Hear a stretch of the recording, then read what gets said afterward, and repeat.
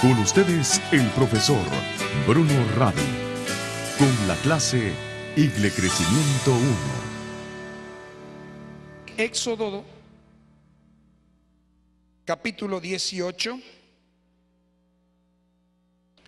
versículo 21, dice así la palabra del Señor. Además, escoge tú entre todo el pueblo varones de virtud, temerosos de Dios, varones de verdad, que aborrezcan la avaricia, y ponlo sobre el pueblo por jefes de millares, de centenas, de 50 y de 10. Y vamos a Hechos de los Apóstoles 1:8.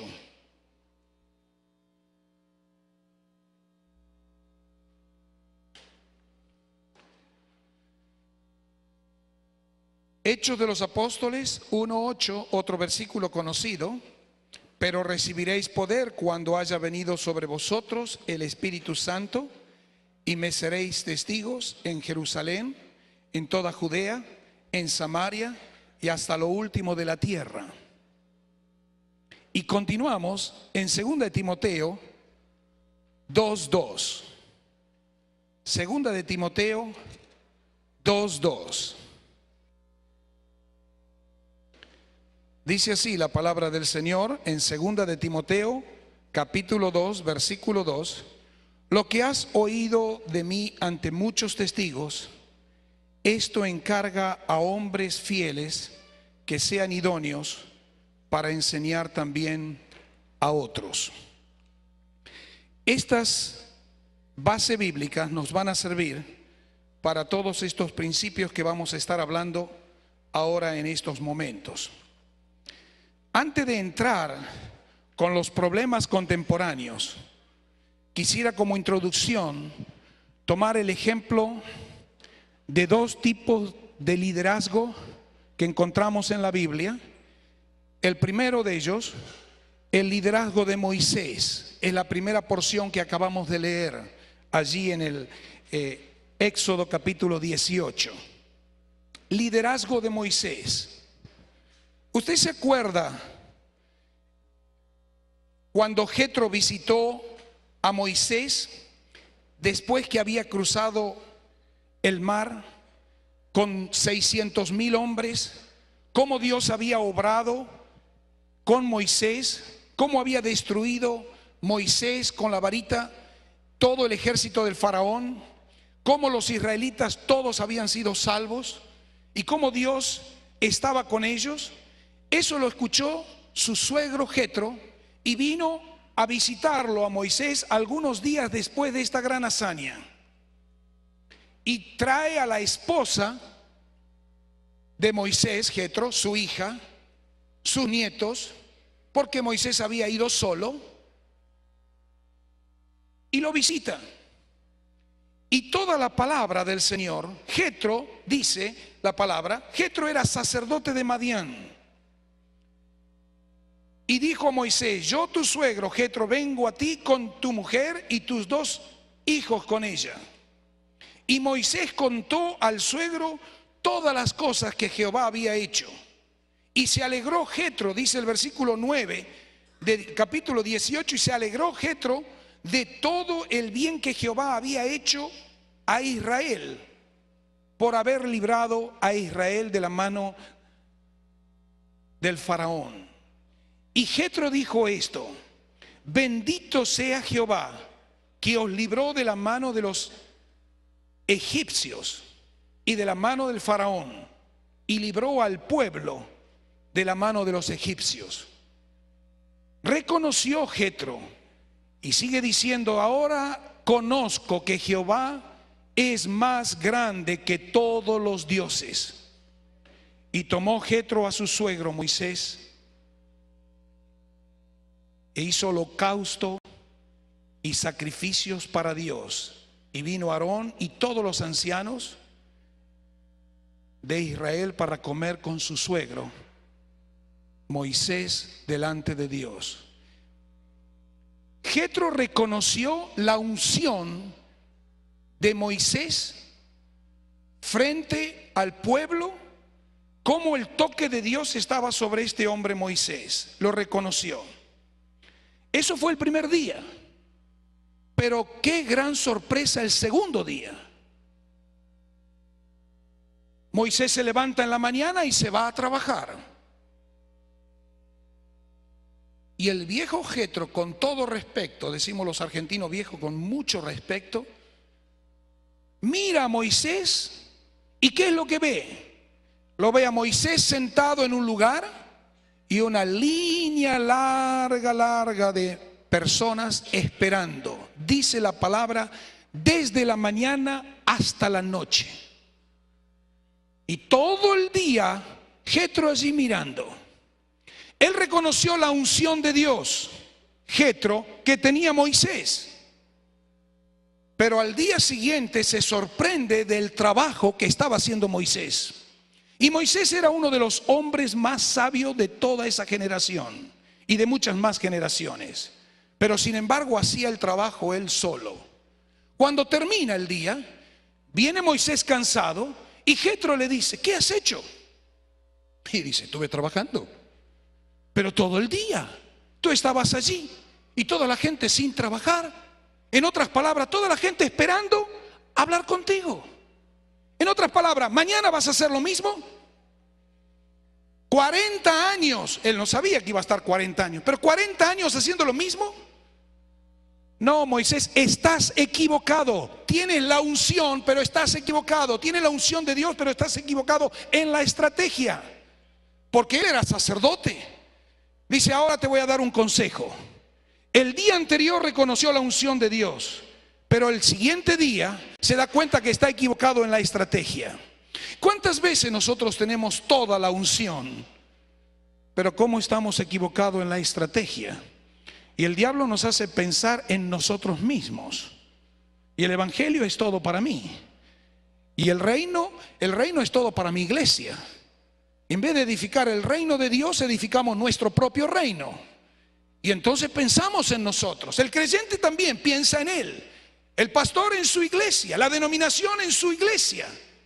Y nos olvidamos de la misión de la iglesia. La misión de la iglesia no está dentro, sino está afuera. Pero Moisés, sabio, dice el proverbio, instruye al sabio y aumentará el saber, capta la idea. El día anterior contó sus ganancias, sus victorias, pero frente a la realidad capta la idea y mire qué consejito que le dio el suegro Jetro. Le dijo, busca hombres y ponlos sobre el pueblo por jefes de miles. Y todos ustedes los pastores tienen este bosquejo. Y me gusta pensar en Moisés para hacer algo simple. ¿Usted recuerda los discos long play que daban vuelta y porque daban vuelta salía la música? Nosotros le llamábamos la púa para poner en el disco long play. Yo no sé cómo lo dicen aquí en México, pero poníamos la púa, la aguja y comenzaba a dar vuelta el disco. Y cuando terminaba una canción seguía cantando y seguía otra canción y terminaba siempre la aguja en el centro. Para identificar el liderazgo de Moisés, me gusta pensar en un long play, donde la aguja empieza afuera y termina siempre en el centro. El liderazgo de Moisés me gusta llamarle liderazgo para organizar internamente. ¿Sabe por qué? Tenía 600,000 hombres, pero tenía que elegir, cada 10 hombres tenía que poner un líder. Así que tenía que tener 60,000 líderes de 10. Es casi un estadio de fútbol lleno de líderes de 10. Pero tenía que tener líderes de 50. Tenía que tener 12,000 líderes de 50. Tenía que tener líderes de 100. Tenía que pensar en 6,000 líderes de 100. Tenía que tener líderes de 1,000. Tenía que pensar en 600 líderes de 1000. Ese fue el consejito. Casi 72.600 líderes. Un estadio de fútbol lleno. Claro, tenía 40 años para hacer ese trabajo, ¿no es verdad? Ese fue el consejo de Jetro. Eso es organización interna. Por muchos años yo estaba confundido con esta organización. Cuando les dije ayer que tuve que leer la Biblia de nuevo, pude entender perfectamente también el liderazgo de Moisés.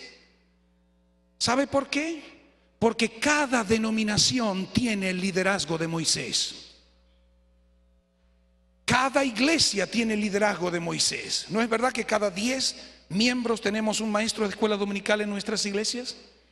Cada 50, algunas iglesias tienen líderes, pastores. Cada 100 tienen pastores. Cada 1000 hay superintendentes, presidentes, pastores con iglesia de 1000. Lo tenemos, porque eso era para organización. Con esa organización, con ese liderazgo, Moisés no tenía que conquistar al amorreo. El liderazgo ese era para organizar a los judíos.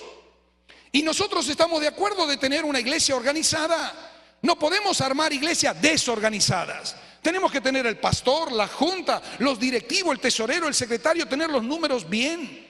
Y para eso se necesita la organización interna. Y cada iglesia ya lo tiene. No se tiene que preocupar. Es más, estamos muy bien organizados hacia adentro. Ese no es nuestro problema. Estamos bien organizados hacia adentro. Y a veces demasiado organizados hacia adentro. Pensando siempre en nosotros mismos. Con este liderazgo, Moisés no tenía que conquistar, solamente tenía que organizar a los judíos, poner sus leyes, mandamientos, hacer sus doctrinas, preceptos, ceremonias. La estrategia era proteger al pueblo para que no se contaminara con el otro. Con esta organización no tenían que conquistar al amorreo, ni al jebuseo, ni al filisteo. A esto me gusta llamarle organización interna, para poder entender el cuadro, los principios bíblicos de liderazgo. Pero rápidamente vamos al otro extremo. Liderazgo, el de Moisés es liderazgo para organizar. Pero el liderazgo de Jesús, me gusta llamarlo liderazgo para conquistar. Es distinto. Es distinto por varias razones. Moisés tenía gente y no tenía líderes. Empezó con gente y después puso los líderes. Jesús empieza con líderes para tener después la gente. El liderazgo distinto. No tuvo un pueblo, primero tuvo sus 12 y pasó mucho tiempo con los 12. Algunos de los 12 captaron la idea y la escribieron, y nosotros tenemos la palabra hoy escrita. ¿Se acuerda por Mateo? El cobrador de impuestos nos escribe el primer evangelio. Uno de los apóstoles más jovencito, el que vivió más tiempo, el que se quedó hasta el año 100, escribe el cuarto evangelio, el evangelio según San Juan, captando la idea. Ellos fueron empapados de la palabra de Jesús. Jesús no solamente enseñó el discipulado, sino que lo practicó. Y después que lo practicó, lo mandó. El discipulado no es un ministerio. Algunos dicen, yo no tengo el ministerio del discipulado, yo tengo el ministerio de la música. Entonces yo no hago discípulos.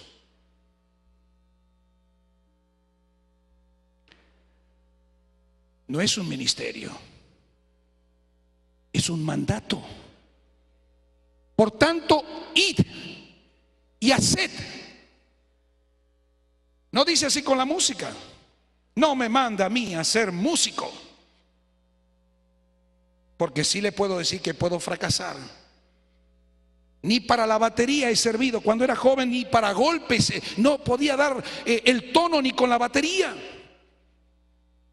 Y para cantar tampoco. Sin embargo, probamos todos nosotros los ministerios. Recuerdo cuando era jovencito cantaba en la iglesia. Y las hermanas terminaban y decían, que Dios te bendiga, sigue cantando. Teníamos un pequeño equipo y nos juzgábamos entre nosotros. Decía, Bruno, no cantes más, me decía mi compañero. Hasta en un momento le digo, pero tú me dices que no cantes, Rogelio. ¿Te sientes celoso porque yo estoy cantando? Y él también cantaba. Y dice, que desafinas, Bruno, desafinas mucho. Y yo le digo, pero todas las hermanas me dicen que canto bien. Sí, dice, porque son sordas. Nos animaban las hermanas. Y pronto me di cuenta y dejé de cantar. Cada uno de nosotros busca los ministerios, pero en el discipulado no. El discipulado es un mandato. Siempre, siempre hay alguien que me puede enseñar a mí. Yo estoy en un andamiaje en el discipulado donde siempre hay alguien que me enseña, pero al mismo tiempo siempre hay alguien a quien yo puedo estar enseñando. Recibo, retengo y entrego. Ese es el discipulado. Recibí la salvación, la retengo y la tengo que compartir. Eso es lo que el Señor quiere. Muchos cristianos reciben la salvación, la retienen y no la comparten con nadie, porque no tienen el ministerio. ¿Qué ministerio? Él quiere que seamos testigos. No quiere que seamos jueces, testigos. Él quiere que seamos testigos, no quiere que seamos abogados. ¿Quién es el abogado? Es Cristo que trabaja allí, defendiendo. ¿Quién es el juez? Es Dios que está aquí. Nosotros somos testigos, nos sentamos al costado y decimos lo que hemos visto y oído, y eso lo puede decir todo. Todos pueden decir esto. El primer hombre que encontramos en el Nuevo Testamento tenía 4 horas de vida cristiana. Hoy no lo pondríamos ni para entregar tratados allí en la puerta, porque la noche anterior durmió en el cementerio. Cuando se encontró con Jesús estaba desnudo. Su nombre se llamaba Legión. Estaba endemoniado. Los espíritus salieron, los demonios salieron y fueron a los cerdos. Murieron 2000 cerdos y declararon a Jesús persona no grata de la ciudad de Gadara. El Señor Jesús vino a la mañana y se iba a la media tarde. Y cuando lo declararon no grata, el Señor se iba y subió a la barca. Y los discípulos también se subieron a la barca. Y venía el ex endemoniado. No sabemos su nombre. El último nombre que teníamos era Legión, pero ya no se llamaba más Legión. Ya Cristo había perdonado sus pecados. Ya era un cristiano. No tenía la fama de cristiano, pero ya Cristo vivía en su corazón. Y viene y le dice el Señor, el ex endemoniado quiere irse con el Señor Jesús. Y dice, no, un momento, a mí me echan, pero a ti no. Tú te quedas aquí. No cuentes lo que sabes, entre otras palabras, porque no sabes nada, pero cuenta lo que el Señor hizo en tu vida, ya. ¿Y sabe lo que sucedió? Comenzó él a contarlo. Y dice la palabra, qué lindo que lo siguieron, porque hay fruto de lo que hizo el ex endemoniado. Yo no me daba cuenta de estos detalles. Fue a Decápolis, había 10 ciudades y dice la gente se mantenía, se maravillaba de las cosas que él estaba contando. 4 horas de vida cristiana. No sabía un corito, no había leído la Biblia, pero ya tenía a Cristo en su corazón y era mejor que lo dijera, porque sus pecados habían sido perdonados. No hay que esperar 5 años para que pueda la persona contar lo que el Señor hizo en su vida. Ya es tarde. En 5 años el creyente, si va a todas las reuniones, está 2000 horas sentado en los bancos. Estaciona sus 70 kilos en 40 centímetros cuadrados durante 2000 horas. Escuchó 1000 sermones. Cantó 3000 himnos y algunas iglesias cantaron 50.000 himnos o coritos. Y no ganó un alma para Cristo. En los años 80 estaba esta estadística y la decía un mexicano, nuestro hermano Vidal Valencia, y yo la escuché y era verdad. De cada 100 latinoamericanos cristianos, 95 no habían tenido el gusto de ganar un alma. ¿Por qué? Porque recibimos el Evangelio y lo retenemos, pero no lo contamos, no lo practicamos. ¿Cómo vamos a crecer? El pastor, por más que sea habilidoso y sea un gran predicador, tiene que tener un equipo. Cada vez que la Biblia habla de ministerios y dones, es todo el cuerpo el que se tiene que mover. Por eso que el Señor Jesús dijo: recibiréis poder. Sin este poder no se puede hacer. Le dice a sus discípulos. Sus discípulos tenían 3 años de estar con el Señor Jesús. 3 años. Habían practicado el discipulado. Habían caminado sobre el agua. ¿Se acuerda Pedro? Tal vez Pedro tendría 50 años, 30 años de pescador. Siempre que saltaba de la barca y se metía en el agua, siempre se metía en el agua y se hundía. Pero ese día le dijo: Señor, si eres tú, di que yo baje de la barca. Y puso el pie. Y cuando puso el pie era tan duro el agua como es este piso. Y caminó sobre el agua. No solamente que ellos vivían y comían, sino que practicaban el discipulado en vivo y en directo con el Maestro, el Rey de Reyes, el Señor de Señores. Esto era discipulado. Veía a los muertos resucitar. Pudo ver a Moisés y a Elías, Pedro, Juan y Jacobo. Estaban absorbiendo lo que es el cielo. Tuvieron el privilegio de verlo, por eso que después eran leones y predicaban el Evangelio hasta la muerte. Y dice la tradición que Pedro dijo: no tengo el derecho de morir como Cristo crucificado, crucifíquenme con la cabeza para abajo.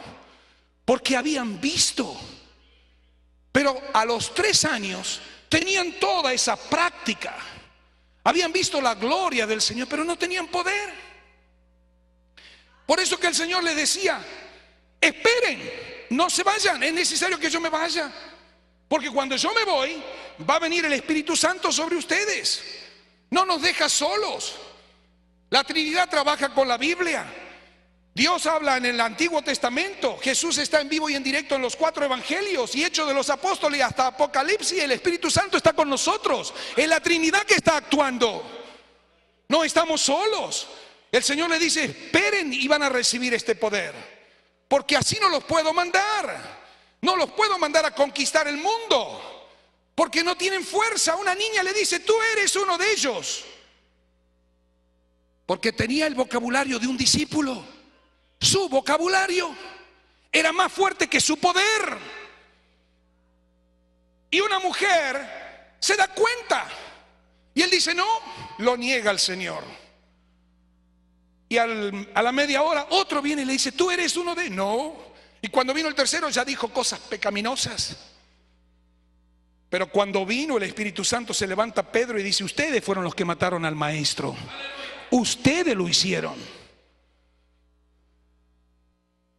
El Señor dice: recibiréis poder para testificar en Jerusalén. Nos dice dónde empezar. Jerusalén. ¿Cuál es Jerusalén para ustedes?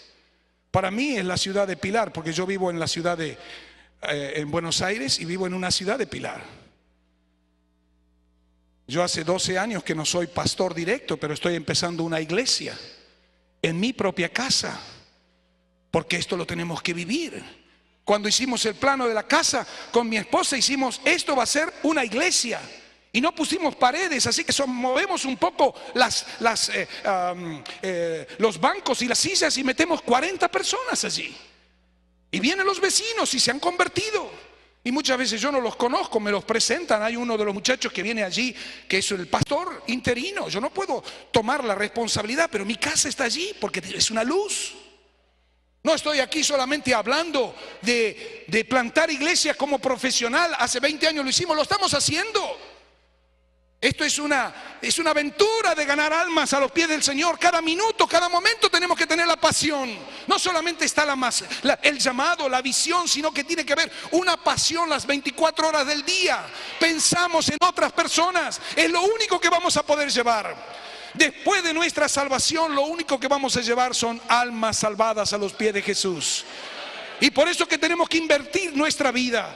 Y ahora que viene la cruzada con el doctor Luis Palau en 3 meses aquí, Tenemos que motivar a todo nuestro pueblo para tener esta pasión. Esta es la oportunidad para esta ciudad, para muchas personas que no tienen a Cristo. ¿Se acuerda cuando usted no tenía a Cristo y vino el Evangelio y vino la solución? Pues esta es la oportunidad para los otros, no es solamente para nosotros. Jesucristo hizo un liderazgo de conquista. Fíjese, Él empieza solo, tiene 12 discípulos, 70, 120 en el aposento alto. 500 lo vieron a Él. Y Hechos de los Apóstoles habla de 3,000, 5,000 y gran multitud. Y me gusta comparar no como un disco ahora lo de Jesús. Me gusta ser gráfico, ser simple y práctico. Si a Moisés lo comparábamos con un disco long play donde poníamos la púa en la punta del disco y terminaba hacia adentro, me gusta pensar el liderazgo de Jesús como una sierra circular, donde el poder empieza en el centro, pero su acción siempre está allí donde están los dientes. Y los dientes tienen que estar bien afilados para cortar, bien comprometidos. Y no puedo dar una charla de carpintería aquí, pero usted me entiende, hermano varón y hermana también, de que la sierra tiene que estar afilada, tiene que tener fuerza, poder para dar vuelta. Y eso es la oración. Cuando nosotros oramos, la sierra circular empieza a tomar velocidad. Si no oramos, podemos poner en una sierra, y le doy solamente un ejemplito aquí. Esa sierra circular, usted pone 2 escarbadientes, 2 palillos, y pone y traba la sierra, y el motor puede tener 2 caballos, y usted lo prende, y esos 2 palillos hace que la máquina haga y no da vuelta, ¿no es verdad? Aquellos que son algo carpinteros saben que es así. Si no lo hizo, pruebe. Pone 2 palillos trabando los dientes y prende el motor y no da vuelta. Corta la sierra por velocidad. Y cuando la sierra toma esa velocidad y hacen, usted pone un pedazo de madera duro y lo corta. Nosotros tenemos que tener eso. ¿Qué es lo que lo hace dar vuelta a esa sierra? Es la oración. Cuando usted empieza a orar, usted empieza a tener fuerza espiritual. Por eso que pensando nosotros en otras personas, antes de hablarle a esa persona, se lo decimos primero a él. Tenemos 3 meses para poder decirle a cada una de estas personas: Señor, yo lo conozco, trabaja conmigo, lo quiero invitar, pero tengo miedo. Y seamos prácticos, seamos sinceros con el Señor. Tengo miedo, pero tú me vas a ayudar. Y el discipulado no falla.